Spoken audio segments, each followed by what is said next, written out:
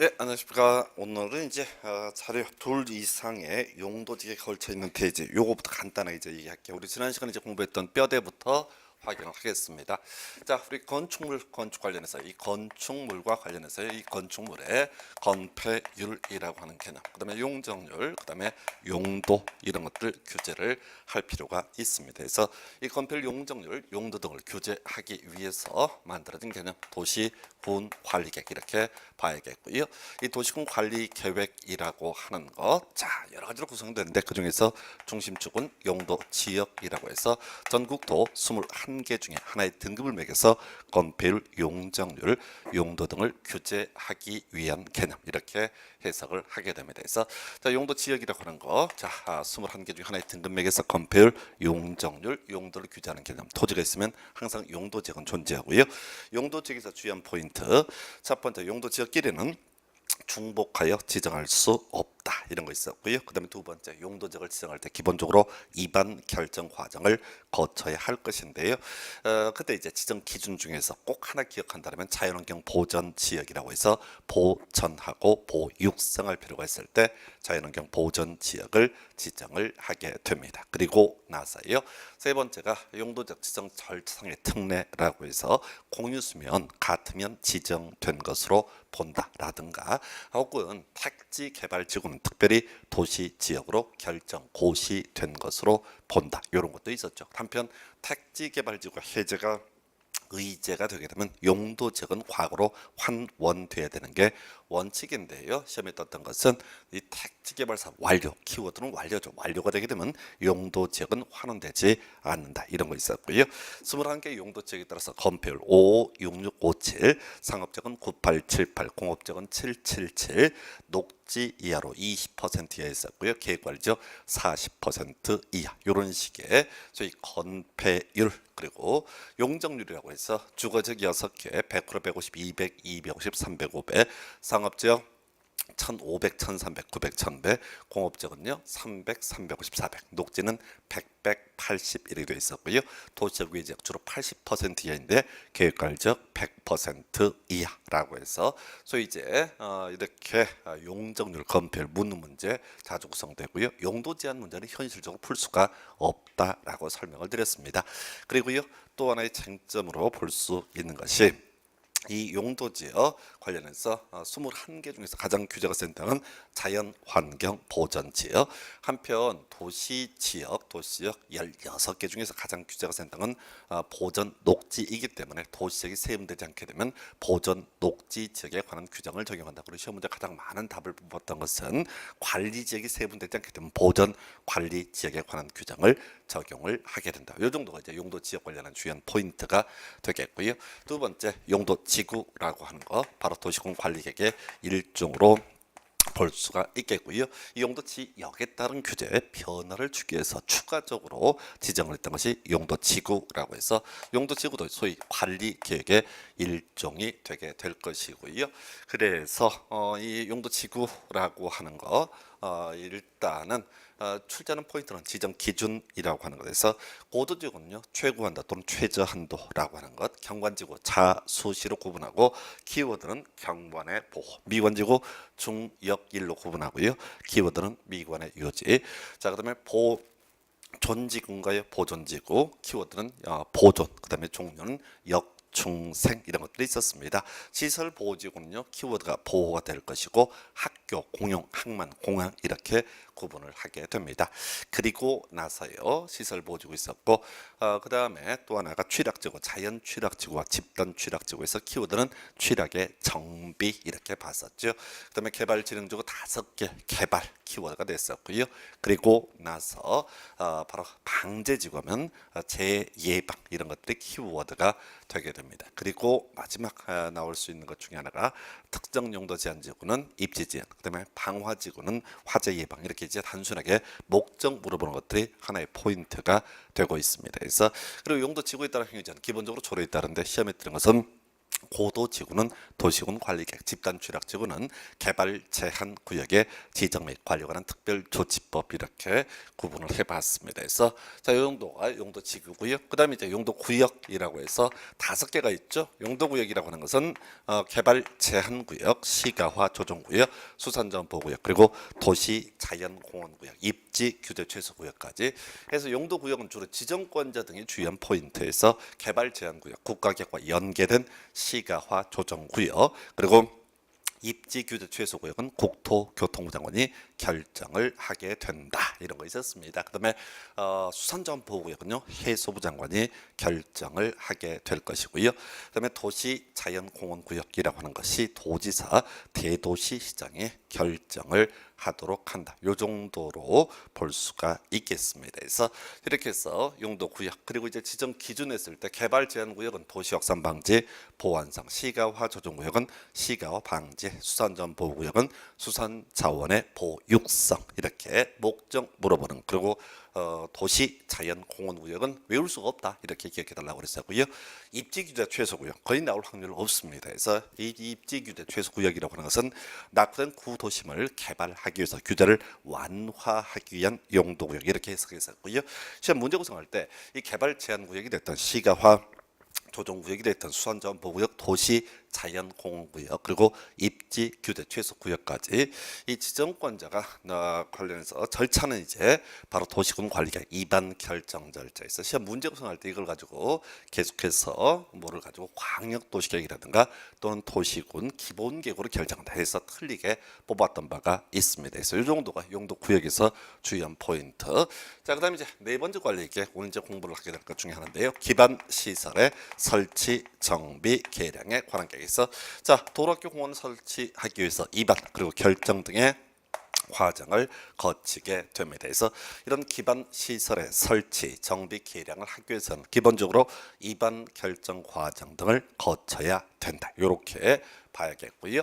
그래서 이런 기반 시설의 설치, 정비, 개량이라고 하는 거 가장 강력한 규제입니다. 그래서 도로 예정지, 학교 예정지, 공원 예정지는 아예 건물을 지을 수가 없다라고 하는 거 이렇게 기억을 하셔야겠고요. 요 자세한 내용은 좀 이따 봅니다. 그다음에 이제 또 하나의 관리계 겁나게 빠른 용도제, 겁나게 빠른 용도주고 무지하게 빠른 기반 시설의 설치, 정비, 개량을 가리켜서 지구 단위 계획이라고 부르게 됩니다. 그래서 이 지구 단위 계획을 수립하기 위한 지역적 범주를 가리켜서 지구 단위 계획 구역이라고 부르게 될 것이고요. 그래서 이 지구 단위 계획도 전국적으로 건폐율, 용적률, 용도 등을 규제하기 위한 수단. 그래서 관리계획에서 국토계획법에서 다루는 관리계획은 총 5개가 문제가 된다. 이외에도 도시개발사업, 정비사업이라고 하는 것도 소위 관리계획의 일종으로 본다. 이거 나중에 이제 개발 행위할 때 논의를 하게 될 것이고요. 그래서 이런 관리계획 전체 묶었을 때 크게 입안 그리고 결정 등의 과정을 거치게 된다라고 봤었죠. 그래서 먼저 입안 관련해서 자 원칙적인 명제가 시장군수 등 관할구역 입안해야 된다. 이렇게 이제 봤었고요. 그래서 자 기본적으로 시장군수, 특별시장 등 이에 대해서 도지사, 국토부 장관도 바로 입안을 할 수 있다 있었습니다. 두 번째 원칙은 관할구역인데 인접한 시군 묶어서 입안을 할 수가 있다. 세 번째가요. 이 관리계획이라고 하는 거 기준점이 되는 것이 도시 군 기본 계획이라고 하는 것이 되겠고 이런 도시군 기본 계획의 또 기준점을 삼는 계획을 광역 도시 계획이라고 공부를 한 바가 있습니다. 그래서 이 관리 계획은 기본 계획에 부합해야 되고 그리고 기본 계획은 광역 도시 계획에 부합해야 된다라는 전제 하에서 자 문제는 이제 순서 이렇게 가야 되는데 도시군 관리계획을 조속 기반할 필요가 있으면 이때 광역도시계획 또는 기본계획과 함께 입안할 수 있다. 그리고요 기준은 국토교통부 장관이 정한다. 이런 것도 있었고요. 관련 쟁점으로서 기본적으로 행정청이 입안한다. 주민은요 입안할 수 없고요. 입안을 일정한 경우에 제한할 수 있습니다. 주민이 제한할 수 있는 관리계획이라고 하는 것은 기반 시설의 설치, 정비, 개량 그리고 지구단 계획 등 제한을 할 수가 있었죠. 그 중에서 뭐 산업유통개발진흥지구도 최근에 우리 법에 등장을 하게 되는데 문제는 그겁니다. 이런 기반 시설의 설치, 정비 계량 제한할 때 5분의 4 이상의 동의를 얻어야 되고 나머지 3분의 2 이상의 동의를 받는다 이렇게 봤었고요.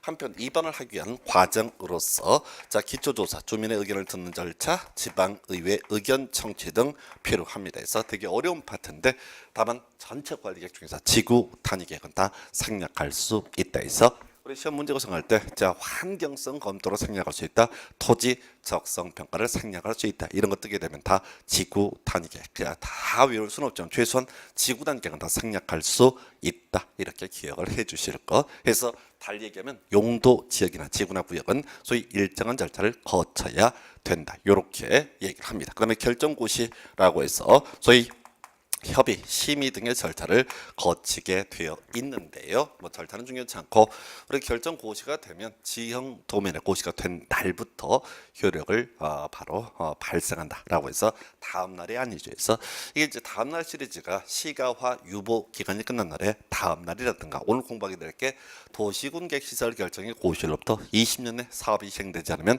20년이 된 날에 다음 날 효력을 잃는다. 지구단위 계획 지정되고요.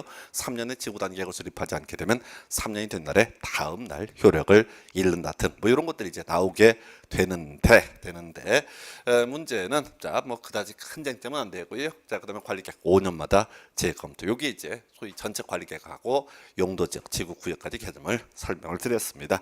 자 그다음에 이제 그 둘 이상의 용도지역에 걸쳐 있는 대지라고 하는 이 주제.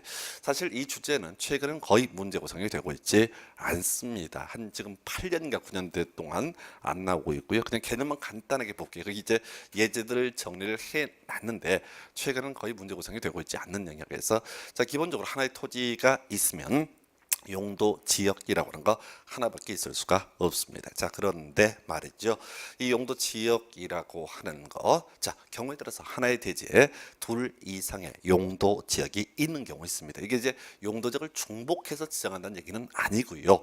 자 각각의 토지에 대해서 용도 지역이 있는 상태였는데 그게 이제 합필이 되게 되면 결과적으로 하나의 대지가 둘 이상의 용도 지역에 걸쳐 있는 경우도 있을 수 있습니다. 그래서 원칙은요, 소위 이제 가중평균 용적률을 적용한다. 그다음에 그 하나의 나머지 토지의 일부가 녹지적이 걸쳐있을 때 각각 적용한다 해서 예제 있으니까 한번 참고를 하시고요. 항상 이 문제를 접근해 갈 때는 포인트가 뭐냐면 녹지가 있냐 없냐를 찾아보셔야 돼요. 하나의 대지가 둘 이상의 용도지에 물려 있다라고 한다면 경우의 수를 따져봐야 된다고. 녹지가 있으면은 여러분 교재 그다음 페이지 나와 있는 것처럼 각각 연면적 등을 계산을 하게 될 것이고 녹지가 없다라고 한다면 이때는 어떻게 한다?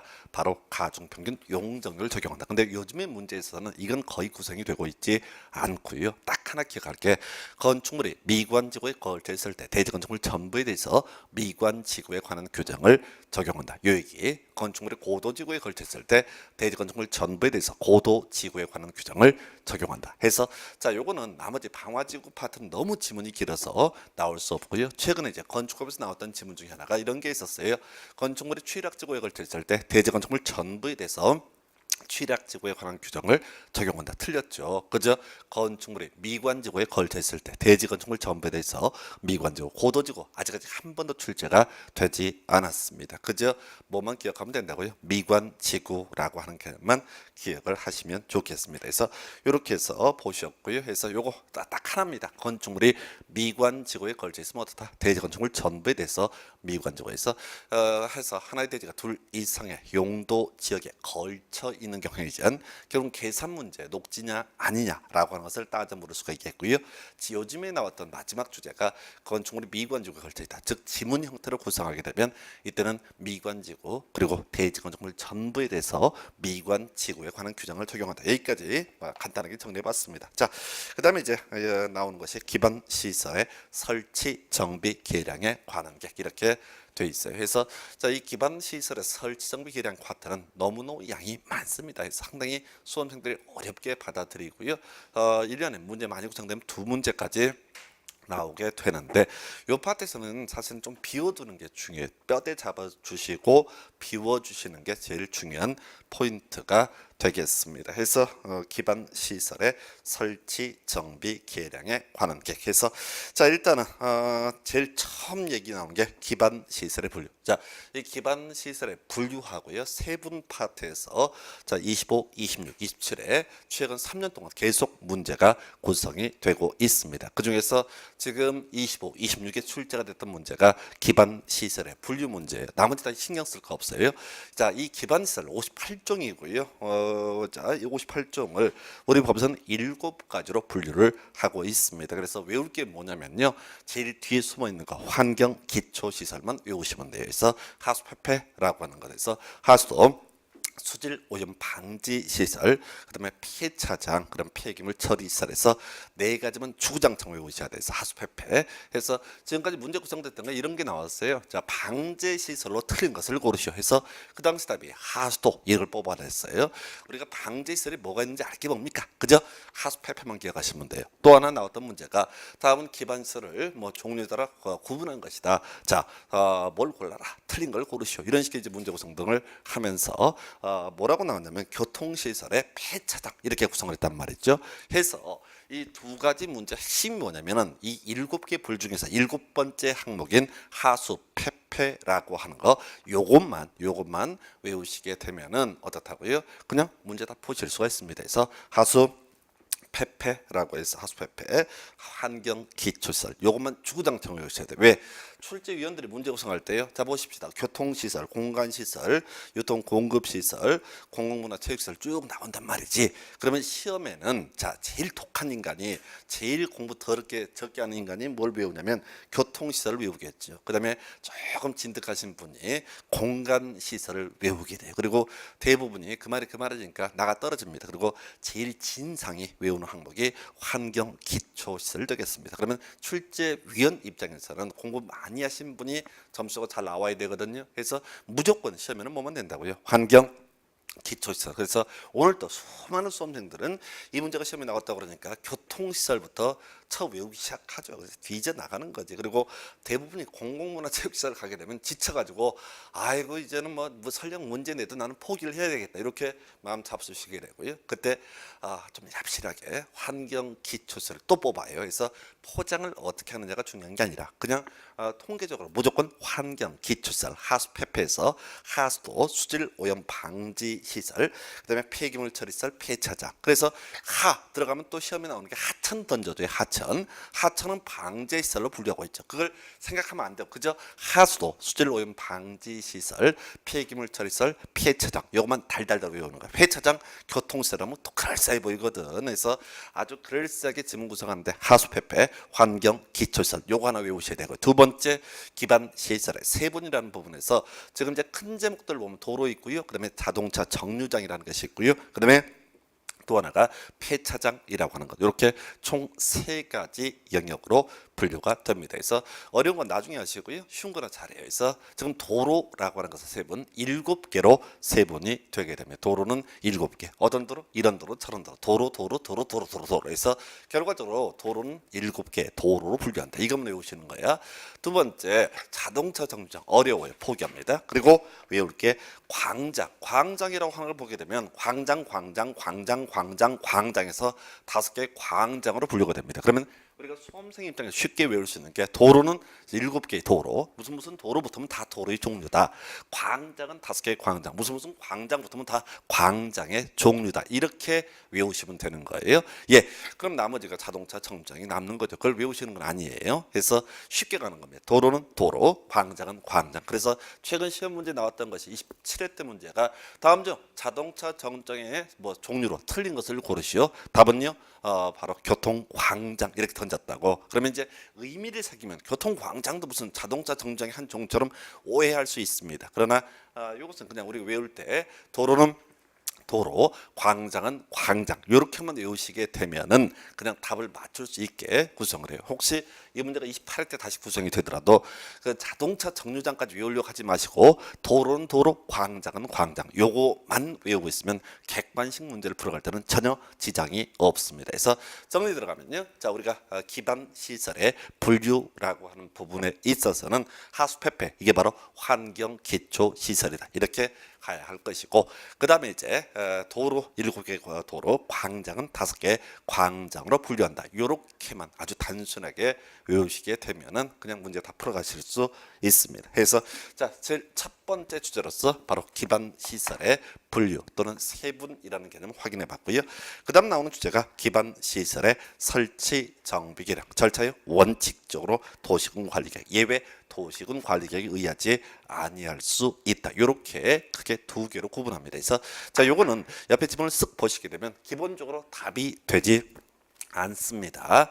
자, 왜? 기반 시설의 설치 정비 계량에 관한 항목은 양이 무시무지하게 많아요. 그러니까 어떻다고요? 이 기초적인 의의를 갖고는 틀리게 나오든 맞게 나오든 답을 뽑지 않는다. 여기 전제가 되셔야 돼. 자, 전체 그림 보실까요? 앞에서 우리 용도 지역이라고 하는 거 관리 계획의 일종이고, 그래서 용도 지역을 지정, 변경, 세분 등을 함에 있어서 기본적으로 입안, 결정 등의 과정을 거치도록 한다. 이게 이제 기본 구조가 되게 되는 겁니다. 그런데 어떻다고요? 입안 결정 과정을 거치지 아니하는 경우 있었죠. 공유수면 같으면 지정된 것으로 본다라든가, 택지 개발 지구는 특별히 도시 지역으로 결정 고시된 것으로 본다. 이렇게 예외가 있었습니다. 그리고 예외가 시험에 나오는 중요한 포인트였었고요. 자, 한편 기반 시설의 설치 정비 계량, 당연히 관리계획의 일종이니까 입안 결정 과정을 거쳐야 된다. 이게 이제 기본 구조가 되는 거예요. 그런데 문제는 골치가 아픈 게 이 기반 시설 중에서 입안 결정 과정을 거치지 않아도 되는 경우가 있습니다.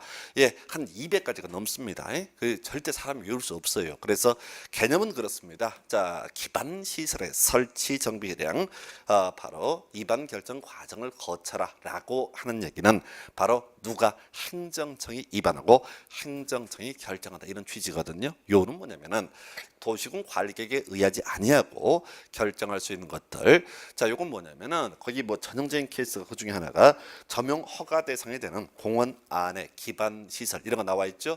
이게 뭐냐면은 공원 매점을 얘기합니다. 공원 매점에서 요는 이 매점이라고 하는 것은 돈이 되기 때문에 일반 국민들이 알아서 환장해서 설치를 하려고 합니다. 그러니까 굳이 행정청에서 입안 결정 과정을 거칠 필요가 없다. 그러나 우리가 이제 입안 결정 과정을 거치지 않아도 되는 것들을 다 외울 수는 없어요. 절대로 외울 수 없고요. 그래서 옆에 지문 보시게 되면 이러이러한 시설은 도시군 관리계획으로 결정하지 않는다, 오른편. 이러이러한 시설은 관리계획으로 결정한다, 틀린 편. 이렇게 단순하게 구성되고 둘 다 어느 쪽이 됐든 답이 되지 않습니다. 그래서 항상 시험에 하나 탁 던져줘요. 너무너무 어려워요. 이게 그러니까 이 파트는 중요치 않기 때문에 버리셔야 돼. 그리고 오히려 수험생 입장에서는 이 지문을 보게 되는 순간 멘붕 오게 돼 있어요. 이게 뭔 소린가? 자, 아직까지 시험 문제 구성할 때 다음 중 뭔 소린지 모르겠는 걸 고르시오. 이런 문제는 구성이 전혀 된 바가 없습니다. 해서 이렇게 정리를 해봤고요. 해서 이런 기반 시설의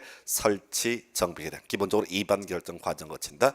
그러나 예외 있다. 이렇게 정리합니다. 다만 이 쟁점, 자, 옛날에 나왔던 문제. 자, 해서 만약에 도로와 학교, 공원을 설치하기로 해서 입안 결정 과정을 거치게 되잖아요. 그러면 이제 이 도로 예정지, 학교 예정지, 공원 예정지가 되는데 법에서 정의할 때는 이걸 도시군 계획 시설이라는 용어를 쓰게 됩니다. 자, 이런 구조죠. 지금 도로와 학교, 공원을 만들고자 합니다. 그럼 기본적으로 입안 그리고 결정 등의 과정을 거치게 되어 있다라고, 입안에서 결정하는 과정을 거치게 되어 있다 해서 문제가 되게 되는 게, 지금요 도로 만듭시다, 입안했습니다. 도로 만들어 좋아, 결정고시 했습니다. 그러니까 이제 일반적으로 일반인들은 이런 경우를 도로 예정지, 학교 예정지라는 용어를 쓰게 됩니다. 자, 근데 법에서는요 이걸 새롭게 용어를 만들어서 도시군 계획 시설이라는 용어를 쓰게 됩니다. 그래서 자, 엄밀히 따지면 용어가 이렇게 돼야 돼. 이게 어떤 시설을 설치한다, 근데 절차가 도시군 관리계획에 따른다. 그래서 원래 법 체계상으로 얘기하면 도시군 관리계획 시설 결정이라고 봐야지 훨씬 체계가 맞습니다. 그런데 옛날에는 이 도시군 관리계획을 도시군 계획이라고 불렀던 적이 있어요. 그러니까 옛날 쓰던 용어 법을 개정을 하면서 그대로 활용을 하는 거야. 그래서 단순화시킵시다. 자, 도로 설치합시다. 학교 설치합시다. 공원 설치합시다. 입안에서 결정을 했습니다. 그러면 그 결정을 뭐라고 부른다? 법을 배운 사람들은, 좀 아는 사람들은 도시군계획시설이라는 용어를 쓰게 된다. 해서 입안 결정에서 이 결정을 뭐라고 부르져 있다? 도시군계획시설, 이렇게 얘기를 합니다. 도시군계획시설 결정고시라는 용어를 쓰게 돼요. 그래서 이걸 이제 법적으로 풀었으면 기반 시설 중에서 관리 계획으로 결정된 시설을 가리켜서 뭐라고 한다? 도시군계획시설이라는 용어를 쓰게 됩니다. 그래서 외울 게 뭐라고요? 기반 시설 중에서 옛날에 용어 가지고 시험 문제 구성할 때 도시군계획시설이란 기반 시설 중 이렇게 외워야 되는데, 지난번 시험에서 기반 시설이란 도시군계획시설 중 이렇게 해서 또 틀리게 나왔던 바가 있습니다. 그래서 하여튼 요 정도 기본적인. 그다음에 이제 나오는 것이 국공유지 매각금지, 별로 안 중요해요. 자, 도로 예정지, 학교 예정지, 공원 예정지입니다. 근데 소유자가 국가나 지자체입니다. 그 땅 팔아먹으면 된다 안 된다? 안 된다. 해서 이 도시군계획시설 부지로 결정고시된 국공유지 매각 등 금지가 되게 될 것이고요. 예, 매각하게 되면 그 매각은 무효, 이렇게 얘기합니다. 그 외에 자, 도시군계획시설에 대해서 용도 지역 등에 따른 행위자의 배제라고 하는 것이 나와 있어요. 자, 요건 이렇게 가십시다. 지금요, 지금 용도 지역에 따른 행위자는 배제라고 하는 개념. 요거는 이제 그림을 이렇게 가십시다. 자, 지금 도로 만들자고, 학교 만들자고, 공원 만들자고 하는 사람 입안권자 행정청입니다. 자, 한편 용도 지역을 바꿀 수 있는 사람, 건필 용적률에 어떤 영향을 줄 수 있는 사람도 행정청입니다. 그래서 이런 경우가 있잖아요. 어떤 학교가 있는데 갑자기 그 지역에 인구가 집중해서 아이들 교실이 부족해지는 경우 있습니다. 예, 그럼 이제 학교를 증축을 해야 되는데, 원래 토지는 항상 뭐가 있고 용도 지역이라고 하는 것이 있고요. 그래서 이 용도 지역이라고 하는 것에서 건폐율과 용적률 등의 규제가 나왔었죠. 그래서 문제는 그건 얘기죠. 학교를 증축을 하고자 하는데 이 건폐율 용적률 기준에 부합하지 않아서 증축을 할 수 없다. 이런 것은 허용되지 않습니다. 그래서 이 용도 지역 등에 따른 행위제한 규정은 어디에서는 바로 도시군계획시설에 대해서는 아예 적용을 하지 않는다. 그러니까 학교를 증축을 하고 싶으면요, 이 건축비만 있으면 어떻게 할 수 있다? 건폐율 용적률을 무시해버리고 증축을 할 수 있다. 근데 여기는 거의 구성 안 되고요. 전체 그림 보십시다. 자, 기반 시설의 설치 정비 개량할 때 원칙적으로 입안 결정 과정 거쳐야 되고요. 예외적으로 입안 결정 과정을 거치지 않아도 된다. 그리고 자, 입안 결정 과정을 거치게 되면 이걸 도시군계획 시설이라고 부르게 된다. 그래서 미리 결론하셔야 되죠. 자, 우리 기반 시설의 설치 정비 개량 등을 하자고 해서 결정을 했을 때 건폐율 등의 규제 나옵니다. 예, 아예 허가 금지가 돼요. 제일 강력한 규제를 받죠. 그래서 아예 건축물의 건축 등이 금지가 되게 된다라고 하는 것. 이건 이제 시험에 안 나와요. 근데 개념상 알아야 돼. 그래서 용도 지역 21개 중에 무엇이 됐든 간에 건물 지을 수 있는 경우 있습니다. 그다음에 용도 지구나 용도 구역도 뭐 규제가 강할 수도 있고 약할 수도 있는데 일반적으로 건물 지을 수 있는 것이 일반적인 원칙이에요. 그런데 지금 뭐는 바로 기반 시설의 설치 정비 개량을 하자고 결정고시라면 아예 건물을 지을 수 없다. 가장 강력한 규제. 해서 자, 그다음 논의할 것이 소위 도시군계획시설 사업이라고 그래서 이 도시군계획시설 사업이라고 하는 거, 도시군계획시설을 설치 정비 개량하는 사업을 가리켜서 도시군계획시설 사업이라고 부르게 됩니다. 그래서 자, 지금요 절차를 한번 볼까요? 자, 도로학교 공원을 설치하기로 결정을 했습니다. 그러면 바로 착공을 할 수가 있느냐? 착공할 수 없습니다. 그래서 먼저 시행자 지정 필요하고요. 누가? 도시군계획시설 사업의 시행자가 될 것입니다. 뒤에서 볼 텐데 크게 행정청이 시행자가 되는 경우도 있고요. 비행정청이 시행자가 되는 경우도 있습니다. 자, 시행자가 정해지게 되면 이 시행자는요, 자, 실시계획이라고 하는 것을 작성해야 될 것이고요. 그리고 확정 짓는 것을 실시계획의 인가고시라고 부르게 됩니다. 그래서 뭐 이런 논리 구조죠. 자, 도로 하나 만듭시다. 그래, 만들어줘. 이게 입안에서 결정. 이러한 도로를 만듭시다. 이게 실시계획의 작성. 그래, 그런 도로 만들어줘 라고 확인하는 게 실시계획 인가고시. 그래서 바로 착공이라고 하는 것은 도시군계획시설 결정고시가 있을 때 착공할 수 있는 것이 아니라 실시 계획에 인가 고시가 있는 그 시점부터 착공을 할 수가 있다. 이게 기본 뼈대예요. 그래서 이런 것은 기본적으로 시험에 나오지 않습니다. 근데 뒤에서 관련한 쟁점들을 이해하실 때 이게 별차가 기본 세팅이 돼 있어야지 이해를 하실 수 있어요. 그래서 이제 그 도시군계획시설 사업, 도시군계획시설을 설치, 정비, 개량하는 사업인데 첫 번째 포인트 바로 시행자, 누가 될 수가 있는가. 자, 이 시행자는 기본적으로 입안했던 사람이 시행자가 됩니다. 앞에서 시행자, 입안권자가 특별시장, 광역시장, 시장으로서 외에도 도지사나 국토교통부 장관이 시행자가 될 수 있다라고 봤습니다. 그래서 거기 이제 여러분 교재 시행자 행정청에서 쭉 종류가 나와 있는데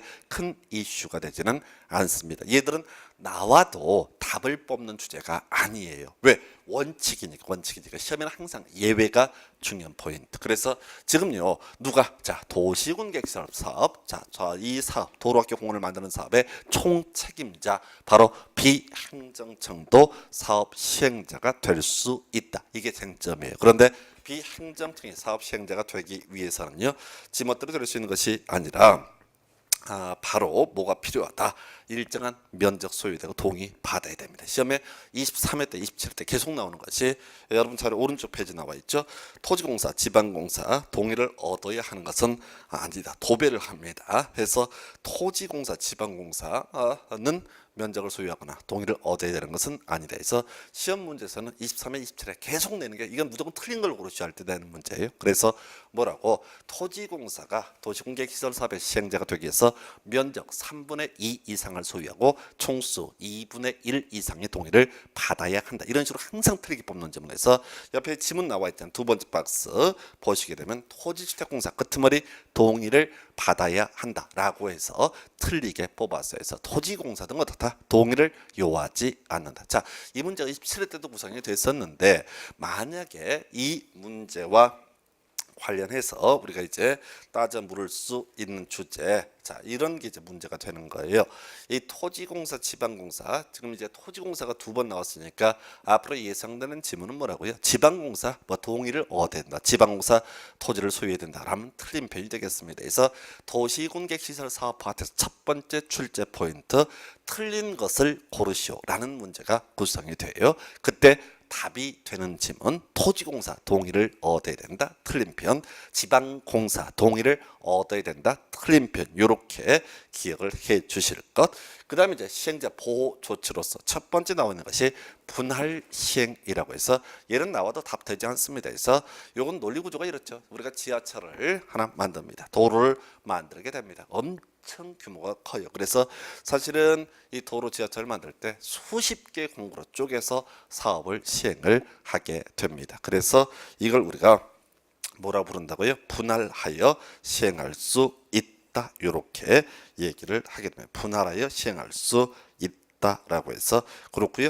타인 토지 출입 등은 자 15-1 때 17대 구성이 돼서 버리도록 하겠습니다. 다음 페이지 넘어가게 되면요. 자 수용권하고 일시 사용권 나와 있어요. 그래서 지금 도시군객시설 사업 시행자 뭐 행정청이 됐든 비행정청이 됐든 간에 아까 자 분할하여 시행할 수 있다 했었고요. 수용할 수 있다, 일시 사용할 수 있다. 요건 다 사이드예요. 해서 수용할 수 있다. 수용이라고 하는 게 뭡니까? 라고 했을 때 도시군객시설 사업을 시행을 해가는 과정에서 누가 이 도시군객시설 사업 시행자가 만약에 자 남의 땅에 도로를 확보할 수는 없잖아요. 그래서 땅 파십시오 라고 했을 때 그분이 토지 소유자가 땅을 팔게 되면 그걸 협의 양도라고 부르게 될 것이고요. 이에 대응해서 땅 못 팔겠다라고 했을 때 땅을 강제로 뺏어내게 되는 것 보상금 줍니다. 그죠? 이걸 우리가 수용이라고 부르게 됩니다. 그래서 행정청이 시행자가 됐든 행정청이 시행자가 됐든 뭘 할 수 있다? 바로 수용도 할 수 있고 일시 사용도 할 수가 있습니다. 그러면 시험에 답이 되는 게 뭐냐라고 했을 때 일시 사용은 그 얘기죠.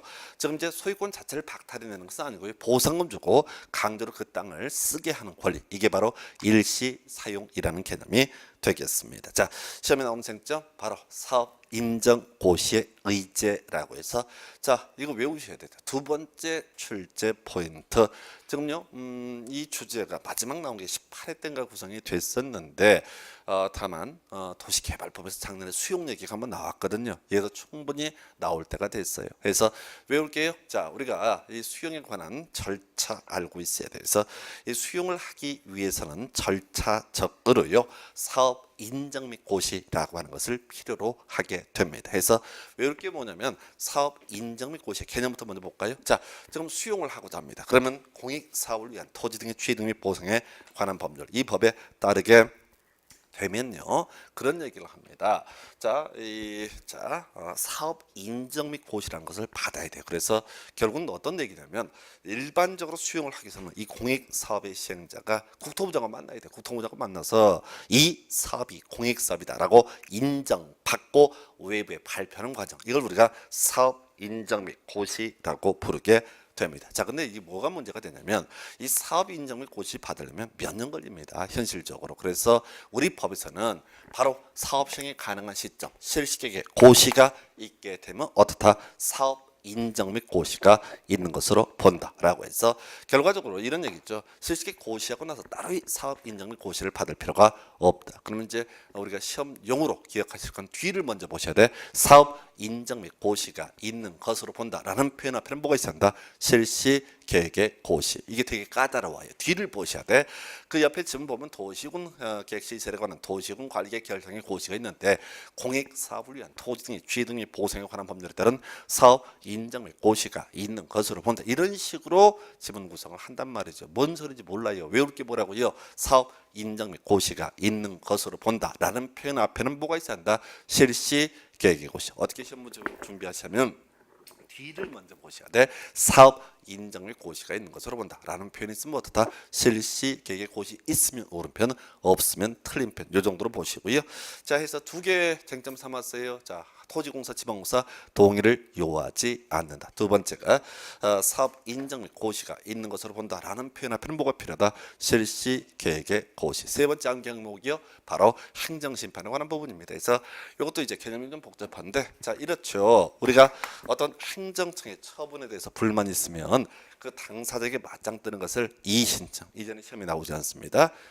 그리고 그 위에 있는 사람한테 가서 들이받는 것을 행정심판의 제기라고 얘기합니다. 그래서 이런 논리 구조예요. 자, 아이들끼리 싸우잖아요. 아이들끼리 싸워가지고 싸웠을 때 걔네 아빠한테 가서 일러 바치는 거, 당신 아들이 나를 팼네요 라고 얘기하는 걸 우리가 굳이 개념상 보면 행정심판이라고 얘기를 합니다. 그래서 만약에 시장군수 같은 사람 위에 도지사 있거든요. 그래서 시장군수가 행한 처분에 대해서 불만이 있으면은 도지사한테 가서 따지는 것을 행정심판이라고 얘기를 합니다. 그래서 자, 행정청의 시행자의 경우는 별 문제가 되지 않아요. 그러면 우리가 이제 시험에 문제가 되는 건 예외예요. 지금 비행정청도 시행자가 될 수 있고, 이 사람이요 분할해서 시행할 수 있고, 일시 사용할 수 있고, 수용할 수 있습니다. 특권 가지고 있단 말이에요. 예. 근데 이 처분에 대해서 비행정청의 시행자가 행한 처분에서 불만이 있다라고 했을 때 이거 어떻게 할 것이냐? 그러면 윗사람이 없거든. 근데 이 사람을 사업 시행자로 지정해 준 자, 지정한 자가 있다는 얘기죠. 그래서 자, 행정청이 아닌 시행자가 행한 처분에 대해서는 누구한테?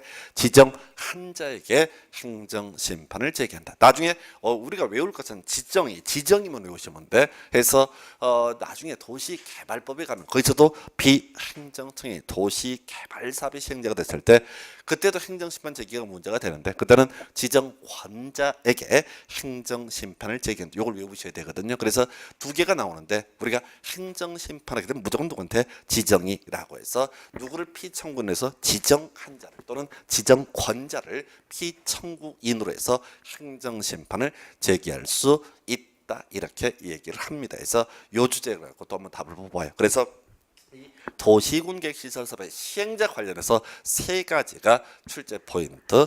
토지공사, 지방공사 동의를 요하지 않는다, 이런 게 있었고요. 두 번째 포인트가 사업 인정 및 고시가 있는 것으로 본다라는 표현 앞에는 실시 계획의 고시, 그리고 행정심판은 누구한테? 지정이 해서 지정한 자에게 행정심판을 제기를 하게 된다. 이렇게 기억을 해 주실 것 해서 이렇게 해서 행정심판의 제기 논리라는 주제까지 설명을 드렸습니다. 그 다음에 이제 논의를 할 것이 자 실시계획 작성 및 인가고시. 요건 디테일한 내용이 뭐 시험에 거의 구성이 되지 않아요. 그래서 지문에 사이드로 구성하는 것 중에 하나 단어만 보시면 돼. 실시계획 작성에서 인가를 함에 있어서 조건부로 인가를 할 수 있다. 딱 요거 하나만 기억을 하도록 하겠습니다. 더 이상 깊이 들어가면 별 의미가 없어요. 옛날에 뭐 틀리게 내려고 지문들을 구성을 했는데 별 의미 없고요. 그래서 실시계획 조건부로 인가할 수 있다. 자, 우리가 이제 이렇게 도로 만들어 줘라고 사인하는 게 이 실시계획 인가라는 개념이 될 텐데, 얘 조건부로 인가할 수 있다. 이게 허가할 때도 마찬가지예요. 조건부로 허가할 수 있다. 해서 모든 인허가는 다 조건부 돼 있어. 지문 하나짜리 쟁점되지 않습니다. 자, 그리고 그 오른쪽 페이지에 나와 있는 게 비용 부담 얘기. 요게 조금 어렵고 포인트가 돼요. 그래서 이 문제가 이제 구성이 되게 될 때 작년에 이제 도시개발법에서 이런 문제가 구성이 됐는데 요건 이제 전체를 묶어서 역시 가도록 합니다. 그래서 지금 도시공개시설 사업 시행자 행정청과 비행정청으로 분류가 되는데요. 자, 이 행정청이 됐든 비행정청이 됐든 이 도시공개시설 사업에 드는 비용이라고 하는 거 바로 누가 부담한다? 바로 사업 시행자가 부담을 하게 된다. 자, 그럼 결론 가셔야 되죠. 지금요 그 두 페이지에 걸쳐서 있는 것 중에 하나가 일단은 행자부 장관의 결정 얘기는 좀 이따 얘기를 하겠고요.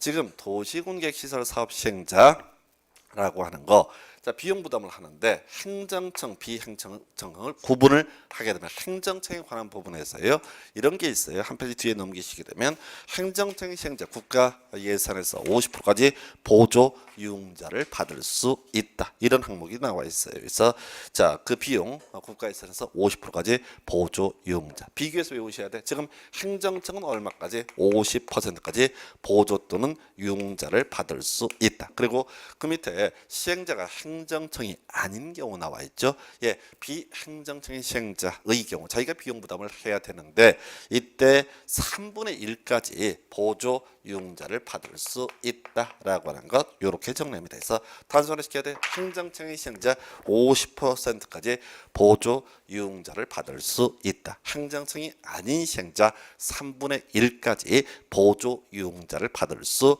있다. 이렇게 일단 뼈대를 잡아주셔야 돼. 그리고 거기 쭉 나와 있는 모든 얘기의 힘이 뭐냐면은 지금 이 행정청 시행자라고 하는 사람은 자 일정한 사람들에게 부담시킬 수 있다라고 되어 있어요. 부담시킬 수 있다. 그런데 행정청이 아닌 시행자의 경우에는 부담시킬 수 있다라는 표현 앞에 그런 말 자체가 없습니다. 그래서 결론을 외우셔야 돼. 비행정청의 시행자의 경우 부담시킬 수 없다라고 해서 시험이 두 가지 형태로 구성이 됩니다. 그래서 자 행정청의 시행자는 국가 예산에서 50%까지 보조를 받을 수 있고 뭐 이익을 받는 시장 군수라든가 등등등 모든 공공시설의 관리자 등등등 이런저런 사람들에게 비용을 부담시킬 수 있다. 손모가지 내밀 수 있다. 이런 얘기죠. 이에 비해서 행정청이 아닌 시행자의 경우 바로 부담시킬 수 있다라는 말이 법에 아예 없습니다. 그리고 시험 문제 구성을 할 때는 행정청이 아닌 시행자 이런 경우에 부담시킬 수 있다. 이렇게 구성을 해요. 그래서 크게 일단 뼈대는 두 가지예요. 자, 행정청의 시행자 50%까지 보조 유흥자 받을 수 있다. 그리고 두 번째 부담시킬 수 있다. 이에 비해서 행정청이 아닌 시행자의 경우에는 어떻다고요? 3분의 1까지 보조용자를 받을 수 있다. 그리고 부담시킬 수 없다. 이게 첫 번째 출제 포인트. 그리고 자, 중간에 나오게 되는 얘기인데 지금 행정청의 시행자끼리 문제가 되는 경우 있습니다. 그래서 요거는 국토개발법뿐만 아니라 도시개발법까지 묶어서 검토를 해야 되는데요. 하나로 정리를 하게 됩니다. 그래서 뭐 다른 건 아니고요. 결론만 기억을 하시게 되면은 뭐가 문제가 되느냐?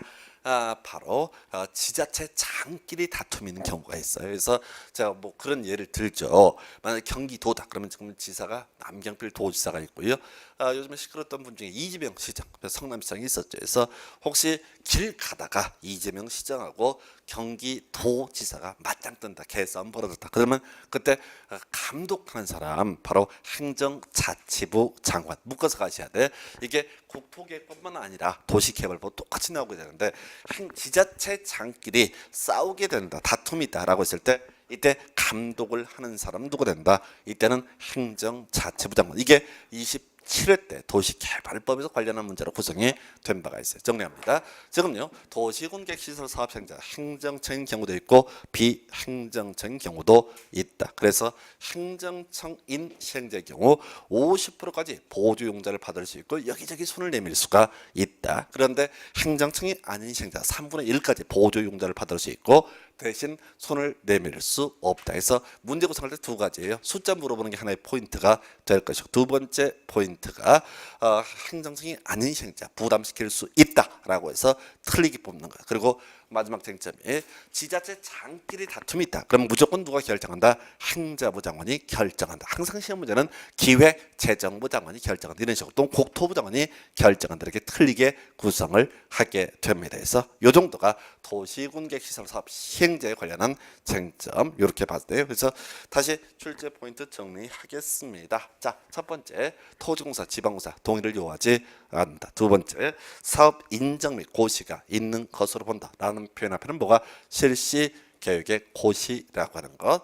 한편 행정청이 아닌 시행자가 행한 처분에 대한 행정심판이라고 하는 것은 지정 한자에게 행정심판을 제기를 하게 된다. 이렇게 봐야 될 것이고요. 그리고 나서 또 뭐가 있을까요?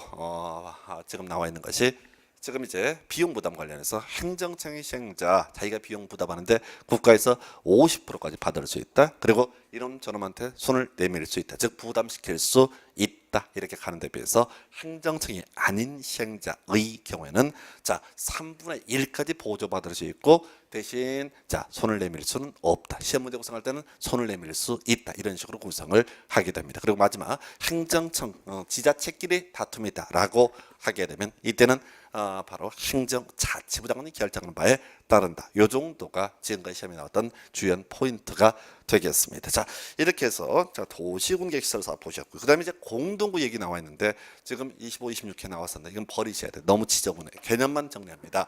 이 공동구라고 하는 개념은 그렇습니다.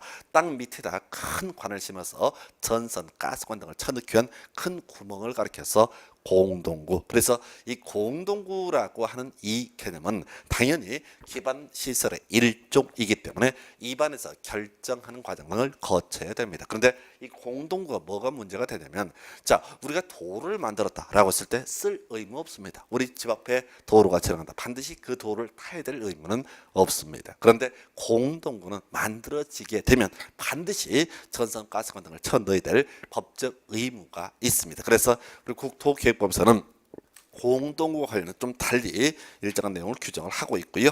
그래서 뭐 그거는 이제 틀리라고 내는 문제니까 버리면 좋을 것 같습니다. 그래서 이 정도까지가 도시군계획시설 사업이고요.